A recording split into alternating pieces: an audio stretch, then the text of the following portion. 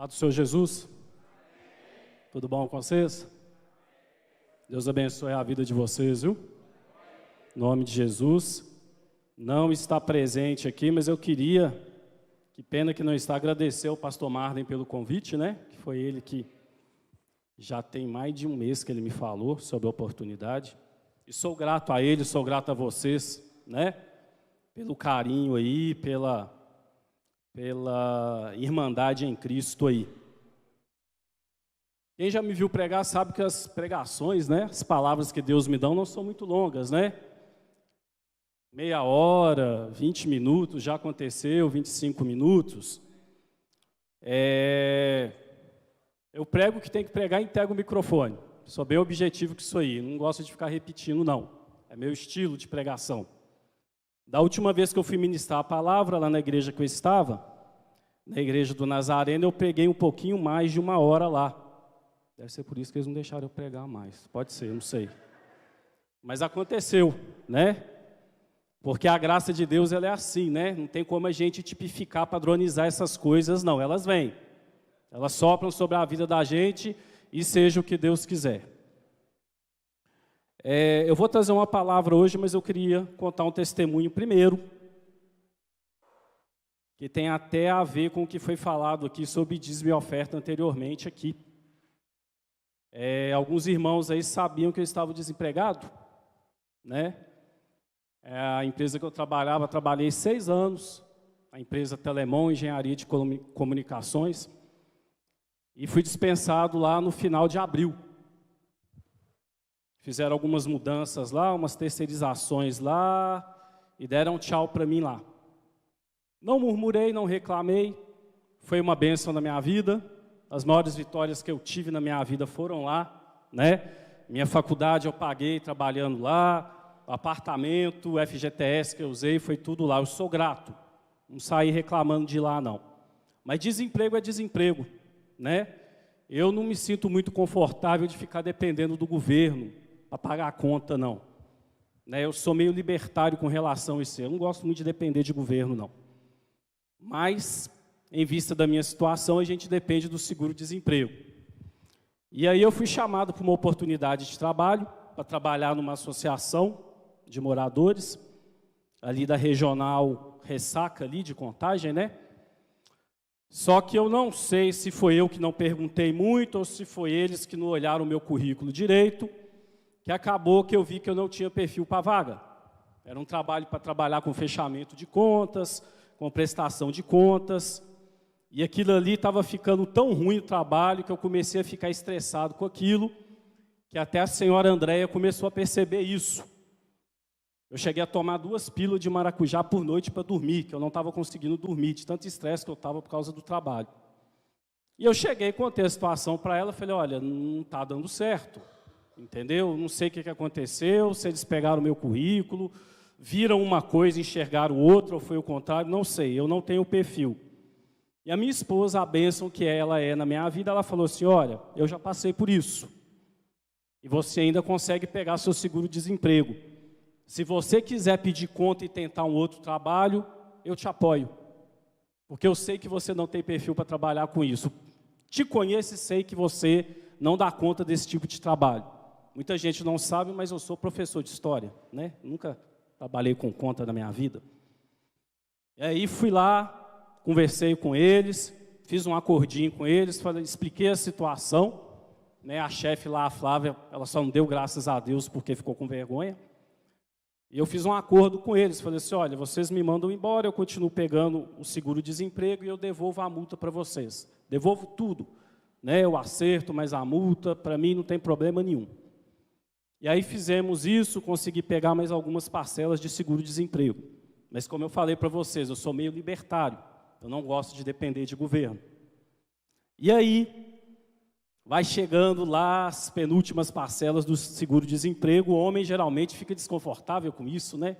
Ai, dinheiro está acabando, o que eu vou fazer, meu Deus? E aquilo começou a me perturbar, embora eu não demonstrasse muito. E aí,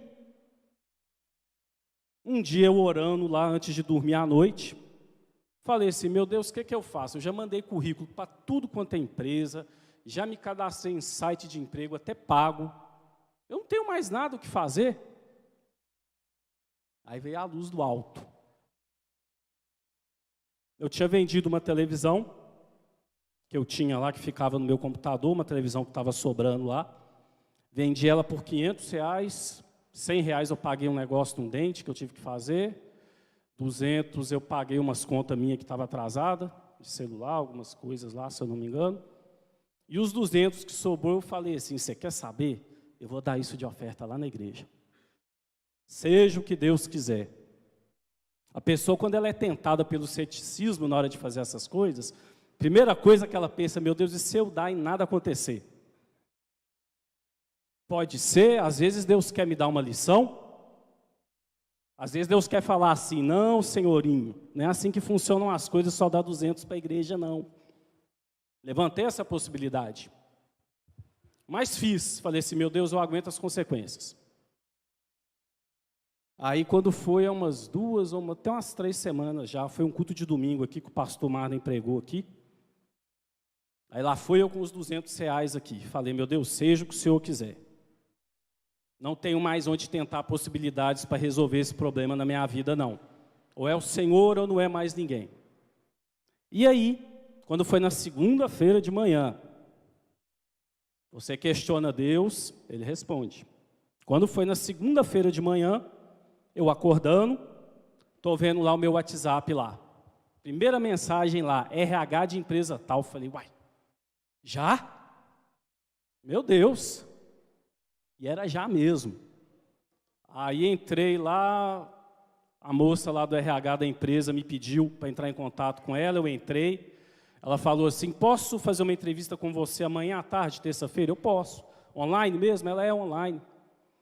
Aí fizemos a entrevista lá, aquele esqueminha de RH, né? Pergunta de sua vida, sua experiência, o que você gosta de fazer, tal. E ela falou assim, não, vou fazer mais umas entrevistas, mas eu já vou te mandar para a entrevista com o coordenador Rodolfo. Você fala com ele lá, vai lá na quarta-feira tal, hora tal. Aí fui lá, conversar com o coordenador. Não gostei da entrevista, né? Nem porque eu acho que o coordenador era culpado, né? Esses coordenadores de departamento pessoal, eles têm a cabeça a 1000 por hora, você acha até que os caras é meio doido, né? Tanta responsabilidade que os caras têm que... você fez isso, experiência com isso, a gente está precisando disso? Sim, tenho. Tudo ok, beleza. Eu te respondo até hoje à tarde ou até amanhã, quinta-feira. Beleza? Eu falei, joia. Aí fui para casa, fiquei lá esperando a quarta-feira, depois fiquei esperando a quinta-feira e falei, esse cara não vai ligar em nada, eu dancei na entrevista lá. Aí eu dei uma de Andréia. A minha esposa é ansiosa com essas coisas, né? As pessoas dão um prazo para ela de uma semana, ela não espera chegar aos 7 dias. Ela arruma motivos nela que a ansiedade gera para poder se antecipar e resolver a questão. E aí eu dei uma de Andréia. Liguei lá na quinta-feira, falei assim, olha, vocês ficaram de me ligar... Não, na sexta-feira, já tinha passado do prazo. Vocês ficaram de me ligar, de dar resposta do processo seletivo. Aí a moça falou assim, olha, Douglas, deixa eu ligar para o Rodolfo aqui, que ele que não me deu a resposta. Estou aguardando ele me dar a resposta.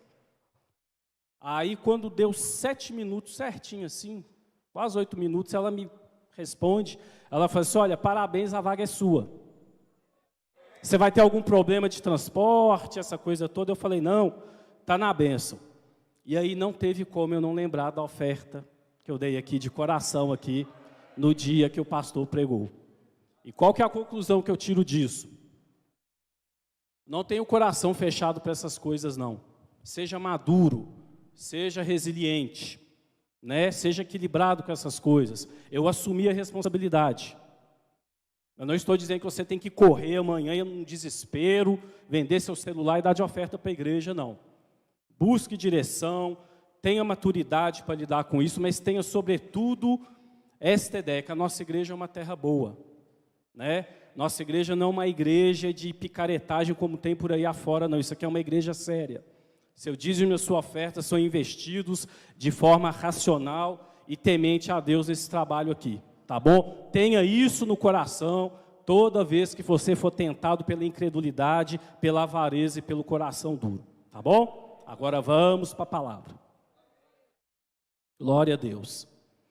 O tema da pregação hoje, o tema que Deus colocou no meu coração, que eu vou ler ele para vocês, é o seguinte: é a missão da igreja, independente de mudanças políticas, continua. Aí alguns já falam, lá vai o Douglas falar de política, assunto que ninguém gosta. Mas vou falar sim, mas vou falar numa abordagem um pouco diferente, partindo de um pressuposto da Bíblia, não do modelo político em si. Partindo de um fato, de um princípio que está declarado ali de forma sólida na palavra de Deus. Vamos abrir no texto de Atos dos Apóstolos, capítulo 5, no versículo 29, por favor. Atos dos Apóstolos, capítulo 5, versículo 29.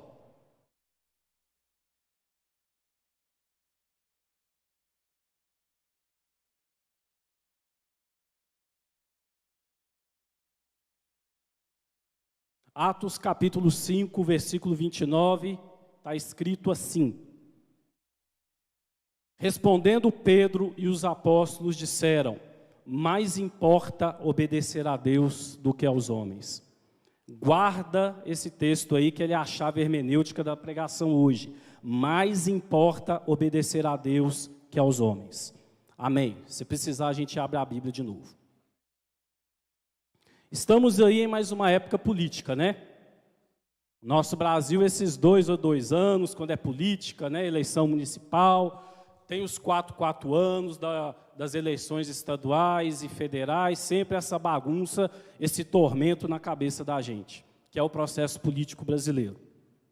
Os evangélicos, na época que eu cheguei na igreja, lá em 1996, eu era de um grupo pentecostal radical, totalmente apolítico. Os evangélicos lá naquele meio daqueles anos 90 ali, eles eram xingados, eles eram zombados, eles eram chamados de ignorantes, de grosseiros, até de estúpidos, porque em sua maioria eles eram totalmente indiferentes ao processo eleitoral, a questões políticas, pelo menos no meu contexto ali de pentecostalismo radical. Né? A sociedade secularizada brasileira, ou seja, todo mundo fora da igreja, achávamos essa indiferença dos evangélicos um sinal de estupidez e ignorância. Mas agora, a gente já no século 21, no ano de 2022, a sociedade secularizada xinga a gente de novo, nos trata com desrespeito, nos chama de obscurantistas, de grosseiros, de estúpidos, de idiotas, como alguns jornalistas malucos aí fazem, porque até que enfim nós nos interessamos pelo assunto. Agora nós declaramos as nossas preferências sem problemas, fazemos até apologias a certos políticos e a certos modelos políticos, mas não adianta. Eu costumo falar, judeu e cristão, não tem nada que esse povo faz na face do planeta que vai agradar a sociedade 100%. É a nossa cruz. Não adianta fugirmos desse processo. Podemos vender esse templo aqui, doar para os pobres, que essas pessoas que vivem nos xingando e nos desrespeitando, nessa dita sociedade secularizada, ainda vão arrumar uma interpretação diferente dos fatos para falar mal das nossas boas ações. Aprenda a lidar com isso o mais cedo possível. Antes que você se escandalize e aconteça como eu já vi por alguns aí, né, que eu já vi acontecer, de alguns até abandonarem a igreja por não entender essa problemática da perseguição que o povo de Deus sofre na face da terra. Mas sim, nós nos tornamos corajosos, né? Agora nós declaramos nossas opções políticas, mas existe um limite para isso ou não? Será que estamos fazendo isso do jeito correto? Será que essa necessidade que nós temos, e a pregação vai ser polêmica, essa necessidade que nós temos de declarar nossas convicções, elas se constituem um fim em si mesmo? As soluções que vão mudar esse país, elas virão essencialmente da solução política? É isso que vai acontecer? Nós ficarmos fazendo defesas profundas de candidatos, por mais que vocês ou eu tenhamos preferências políticas, ideológicas nessas questões, né? Quem está lá no meu Facebook lá sabe que eu sou apoiador do atual governo, né? Mas eu também sou crítico quando precisa criticar. E sabe por que eu sou assim? Porque eu não dou autoridade nenhuma para político absoluta. Eu posso apoiar, posso gostar, posso ser simpático ao projeto de governo dele, mas eu nunca dou apoio absoluto para político nenhum. E sabe por que eu não dou? Porque a autoridade absoluta em qualquer coisa boa no universo vem somente do Altíssimo. Nenhum político, nenhum líder ideológico, nenhum maluco revolucionário, vou ser mais radical aqui, pelo amor de Deus, não falem que eu sou doido, até mesmo pastores, líderes cristãos, e eu me incluo aí como poeirinha em algumas questões dessa aí, não tem autoridade absoluta acima do Altíssimo. Por mais que nós respeitemos, por mais que nós amemos, por mais que nós aprendemos com essas pessoas, por mais que nós damos o nosso amor e a dedicação, não são autoridades absolutas. E quando eu digo autoridade absoluta, é para você não cair na tentação, como eu estou vendo muita gente desequilibrada aqui, de se entregar absolutamente para a causa política. É de fazer muitas das vezes uma defesa de políticos e do sistema político, às vezes mais acalorada do que faz até do próprio evangelho. Eu já vi pessoas próximas a mim, que brigam, mas brigam feio, perdem a bênção para defender políticos, sistemas políticos, mas se chegar uma pessoa de uma fé diferente, ou um ateu, ou uma pessoa que não gosta dos evangélicos e fala mal dos evangélicos, eles ficam calados. Vocês entendem o que eu estou falando por resiliência, por equilíbrio, para a gente não tratar como absoluto algo que é relativo, como a política? E uma coisa que eu aprendi estudando a história, uma coisa que a história me ensinou profundamente, é que toda vez que os cristãos são exageradamente abençoados pelo processo político, tem todo o seu projeto ali ancorado no projeto político, e quando eles se entregam a ele de forma, muitas das vezes absoluta, emotiva, até exagerada demais, depois a história não termina bem para a igreja. Não termina bem. Você quer ver um exemplo disso na história? Então, somente ela? Idade Média. Vocês já estudaram a Idade Média? Já tentaram entender o que foi aquilo? Por que os cristãos até hoje são xingados em alguns cursos de ciências humanas aí por causa da Idade Média? Porque a Idade Média foi algo nesse sentido que eu falei aqui.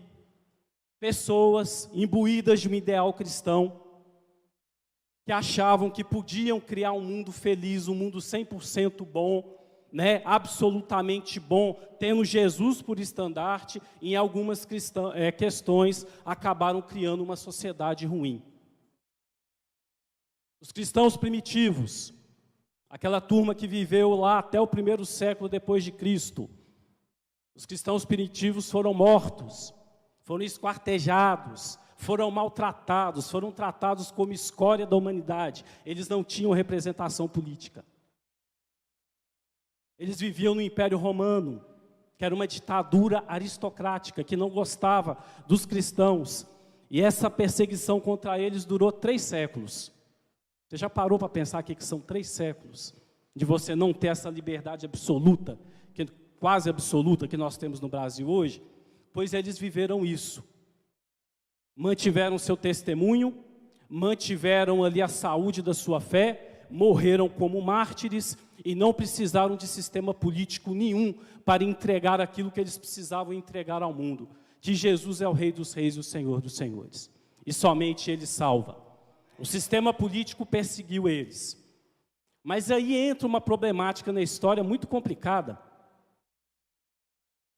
mesmo, que gera debate até hoje. Quando chega no 3º século, aparece o imperador, que a história dele até foi contada na Santa Ceia da Unidade. Para quem foi lá e prestou atenção na ministração, vai entender o que eu estou falando.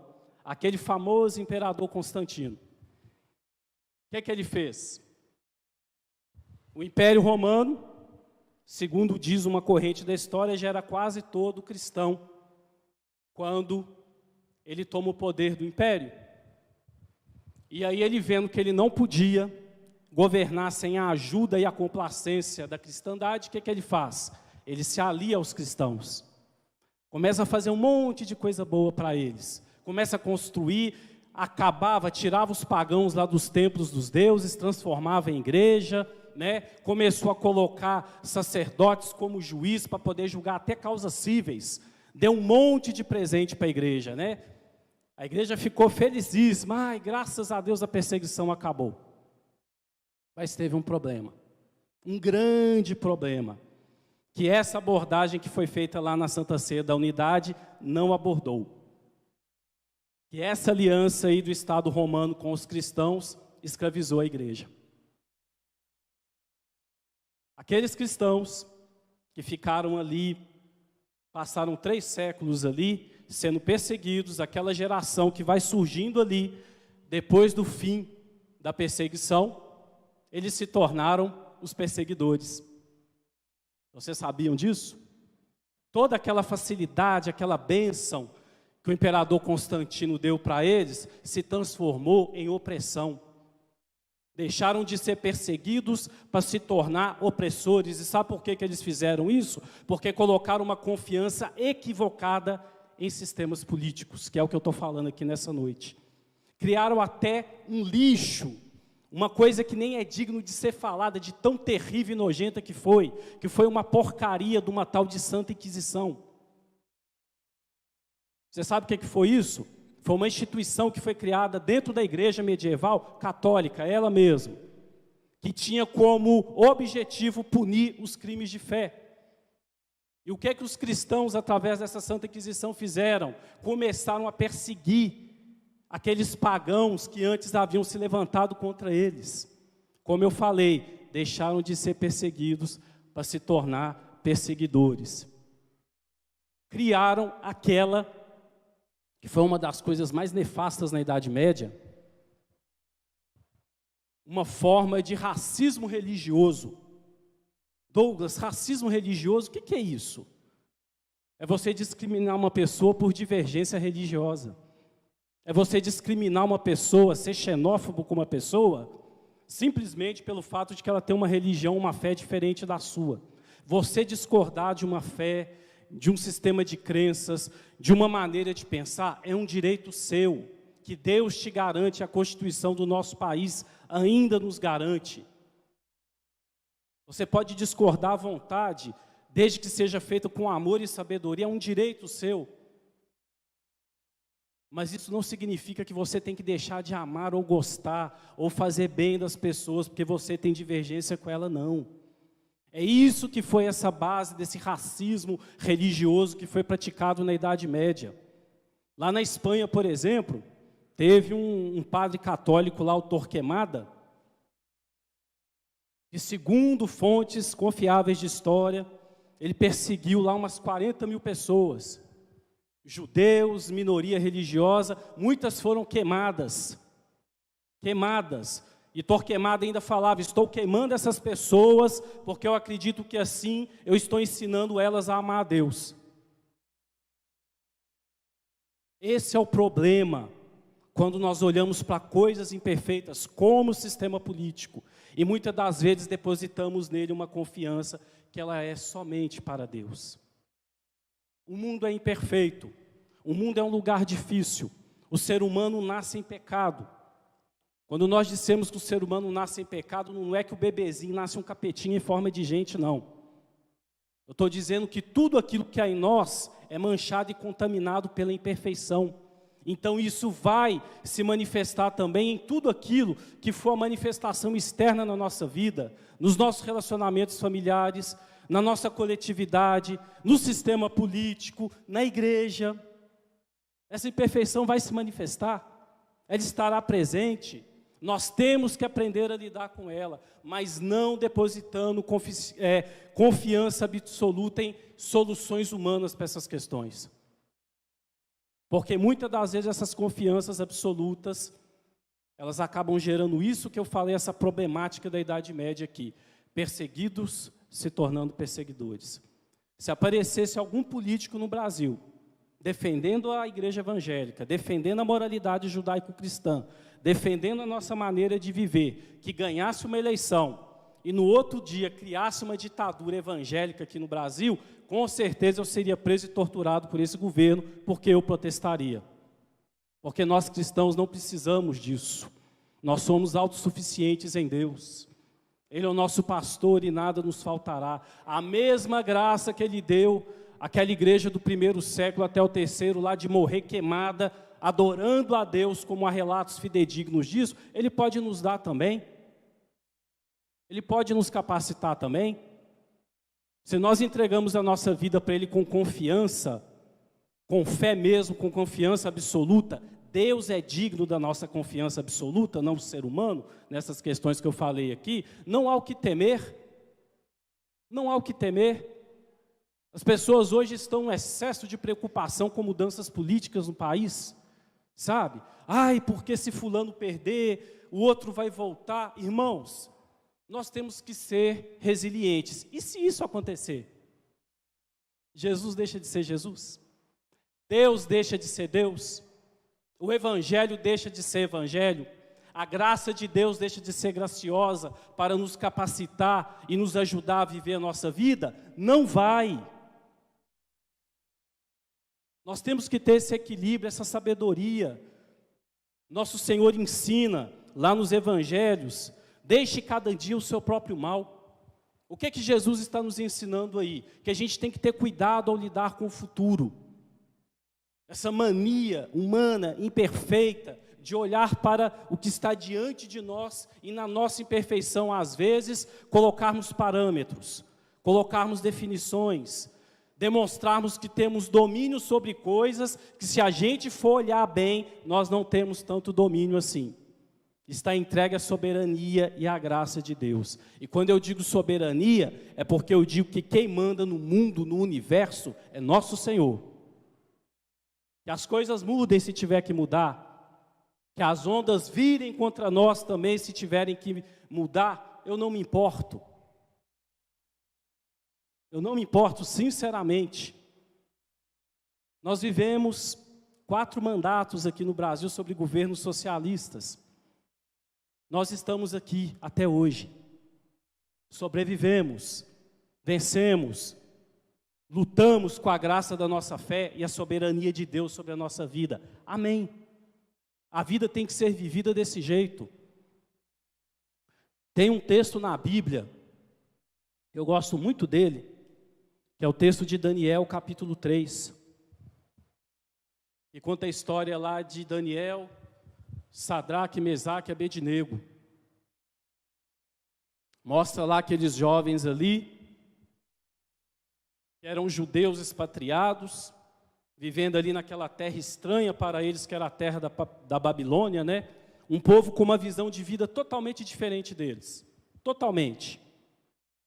E esses jovens, Daniel e seus amigos, vão para lá, têm que servir o rei da Babilônia, fazem parte da corte real ali, acabam servindo a um modelo político totalmente diferente de como era a monarquia de Israel, que eles estavam acostumados. E ali um dia eles são provados. O rei Nabucodonosor, ele manda criar uma estátua, e cria um decreto que todo cidadão do grande império da Babilônia teria que se prostrar diante daquela estátua. Aquela estátua era uma estátua do próprio rei da Babilônia, que era o rei Nabucodonosor. E ainda traz uma pena capital junto ainda. Quem não se prostrar diante da estátua vai ser morto. E não é uma mortezinha, é uma morte com requinte de crueldade. Você vai ser queimado na fornalha. Mas Daniel e seus amigos eram fiéis. Eles não colocavam a sua esperança em sistemas políticos. Eles sabiam da relatividade que há no sistema político humano. As coisas vêm e vão o tempo inteiro. E ali eles dizem não para o rei da Babilônia. Falam assim: não vamos nos prostrar diante da estátua. E ali eles são julgados na fornalha. O resto da história vocês já sabem o que aconteceu. Não era da vontade de Deus que eles morressem queimados. Os anjos foram lá e salvaram eles de serem queimados. O que é que a gente aprende com essa história aqui dos judeus na Babilônia, de Daniel e seus amigos? O cuidado que a gente tem que ter com essas questões políticas. Porque muitas das vezes, devido à nossa falta de sabedoria em lidar com isso, como eu falei aqui, as coisas mudam. O mundo é dominado, com a permissão de Deus é óbvio, muitas das vezes por coisas, por ideias, por princípios, que nós nem fazemos ideia. Nós acreditamos em livre-arbítrio. Acreditamos em livre-arbítrio, pelo menos eu acredito. Nossos irmãos aí presbiterianos, alguns batistas aí, não acreditam em livre-arbítrio, não. Eles falam que isso é balela. Que o ser humano ele é dominado pelo pecado e que se não for uma obra da graça de Deus mediante uma grande predestinação, não tem como a gente ser salvo. Eles acreditam nisso. Eu acredito em livre-arbítrio. Mas eu acredito que ter livre-arbítrio nem sempre quer dizer que nós somos livres. Porque o mundo, esse planeta que gira, que nós vivemos nele, existem várias forças tentando cooptar a sua mente e a minha. Governos, simpáticos ou não à nossa causa, né? Empresários, pessoas com poder, pessoas com grande poder de se manifestarem diante da sociedade, com poder de persuasão. Então, se a gente for olhar bem se nós temos liberdade nesse mundo, se a gente for olhar isso bem, a gente vai ver que nem sempre a gente tem. Então, muitas das vezes, o nosso livre-arbítrio, embora ele seja fato, nós escolhemos as coisas, mas muitas das vezes, nem é tanto. Muitas das vezes, nós vivemos uma vida condicionada. Uma vida de pessoas que estão tendo a sua mente tentando ser cooptada o tempo inteiro por coisas muitas das vezes contrárias ao nosso ideal de fé. Foi isso que aconteceu com os jovens da Babilônia aqui. Tentaram ser cooptados por um sistema governamental tirânico, né? A Babilônia era a maior potência hegemônica do Oriente Próximo e do Oriente Médio. Mas eles venceram. Eles foram triunfantes sobre o sistema político e seus absolutos voltados para as coisas erradas. Tem uma outra história na Bíblia também. Tem outra história na Bíblia também que a gente vê essa questão aí, que é o livro de Êxodo, lá no capítulo 1, no versículo 17. Quando a gente vê aquela história ali daquelas parteiras hebreias, que o faraó, que não gostava dos judeus, do povo hebreu, né? Judeu é um termo que aparece 400 anos depois daquilo. O faraó não gostava dos hebreus, porque eles já estavam se tornando o quê? Uma maioria indesejada. É um temor de todo tirano. Deixar um estrangeiro morar no país dele, se tornar uma maioria e questionar o sistema político dele. Isso já acontece 6.000, 10.000 anos atrás na história da humanidade. E o faraó manda que aquelas parteiras ali do Antigo Egito matassem os bebês hebreus que fossem homens. Mandou matar, chacinem, matem, acabem com eles. Mas diz o texto, lá de Êxodo capítulo 1, versículo 17, que as parteiras temeram a Deus. As parteiras temeram a Deus e não fizeram aquilo. Foram questionadas depois, mas não abriram mão de fazer o que estavam fazendo. Por quê? Porque elas viram, segundo o texto que nós lemos aqui no início da pregação, que é mais importante obedecer a Deus do que obedecer aos homens. É mais importante ter uma consciência afiada com Deus do que ter uma confiança afiada com sistemas políticos questionáveis. Tanto a turma aqui de Daniel 3, quanto as parteiras hebreias de Êxodo capítulo 1, versículo 17. Eles fizeram aquilo que nós chamamos hoje de desobediência civil. Quando indivíduos ou uma coletividade, numa forma de protesto, muitas das vezes acaba desobedecendo ao que o governo civil acaba impondo para ele. Isso acontece muito nos dias de hoje. Teve um pregador americano, muito famoso, né? Lá nos Estados Unidos tem até o dia dele, Martin Luther King, que ele pregava desobediência civil. Mas ele não era um revolucionário doido, como foi Ernesto Che Guevara, e assassino, como ele foi, não. Martin Luther King, ele sabia que havia partes lá dos Estados Unidos, que o povo se dizia até cristão, né? Adoravam ir para a igreja no domingo, mas eram pessoas racistas. Pessoas que promoviam uma xenofobia com o próximo, uma exclusão do próximo, baseado na cor. E ainda se diziam cristãos ainda. E ele ensinava ali para os cristãos americanos ali, promovam a desobediência civil a essas leis. Tinha uma lei, por exemplo, lá no estado do Alabama, que falava assim que gente negra não poderia entrar no ônibus de gente branca. Existia uma lei também no mesmo estado do Alabama, que dizia assim que os negros não podiam entrar na universidade. E tantas outras maluquices, idiotas e maldades que foram promovidos contra essas pessoas lá. E ele falava, essa desobediência civil que vocês vão promover aí, ela é justa, ela é abençoada por Deus, ela é santificada pela palavra, porque nós não estamos aqui simplesmente numa desobediência idiota, mas uma desobediência bem fundamentada. Uma desobediência que é baseada na ideia que a Bíblia fala sobre o homem ser nascido à imagem e semelhança de Deus, e ele o é independente da cor que ele seja.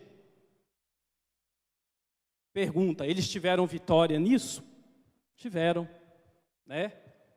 Tiveram. Essas leis aí, essas flatulências do inferno em forma de lei que havia lá naqueles estados americanos, elas acabaram depois. Os negros puderam ir para a universidade, a segregação nos ônibus acabou. Ou seja, os cristãos americanos, né, também viram que a consciência diante de Deus valia mais do que medo das autoridades. E pelo amor de Deus, não saia fazendo maluquices aí falando que eu preguei ensinando isso não.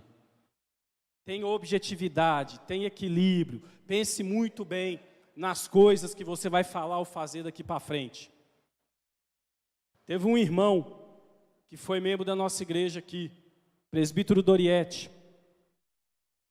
Uma vez ele me contando que ele foi, uma vez o filho dele, o Bernard, chegou da escola com uma boneca. Apareceu com uma boneca lá. O que é isso, meu filho? Que boneca é essa aí? A diretora falou assim, não, o menino falou assim, não, a professora mandou a gente levar essa boneca aqui, porque ela quer que a gente entenda como que é a questão da menina e da mulher brincar com uma boneca. Doriete, no outro dia, foi lá na escola, né?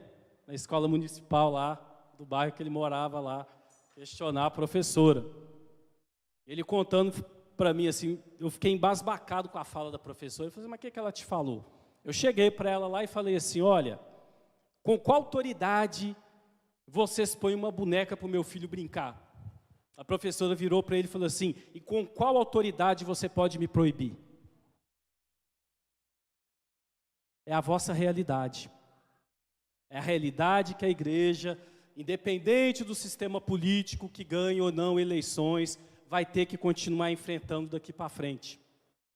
Essas desconstruções de conceitos cristãos ligados à família, ligados ao ambiente familiar, à sociedade, que estão sendo julgadas contra nós, e nós, muitas das vezes, de forma passiva e boba, até relativista, tratamos como coisa boba.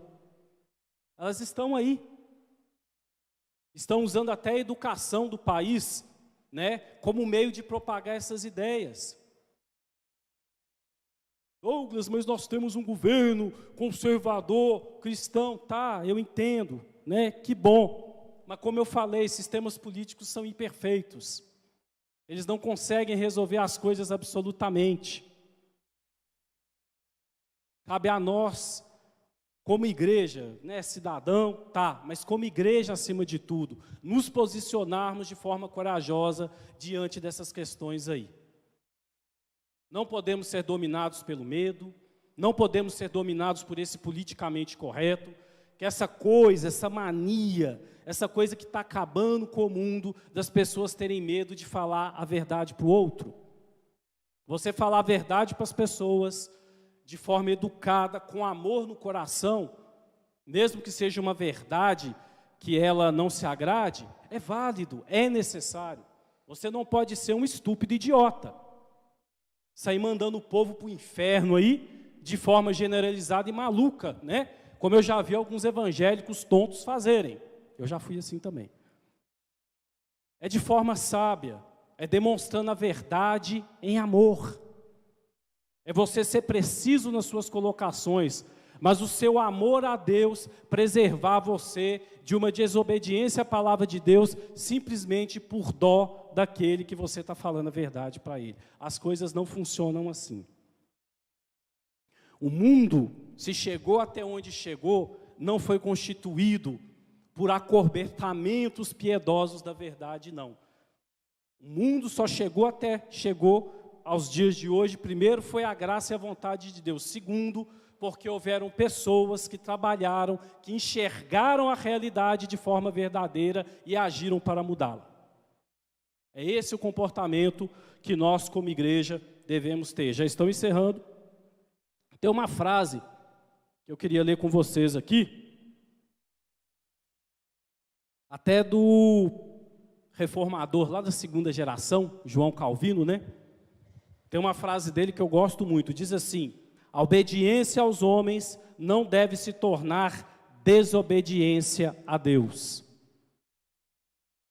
Repetindo, a obediência aos homens não deve se tornar desobediência a Deus. Estamos vendo muitos problemas aí na igreja evangélica, mundo afora, relacionado a essa questão. Para você que é antenado na realidade, você deve ter ouvido falar, isso aconteceu mês passado, que a Convenção Metodista lá dos Estados Unidos, né?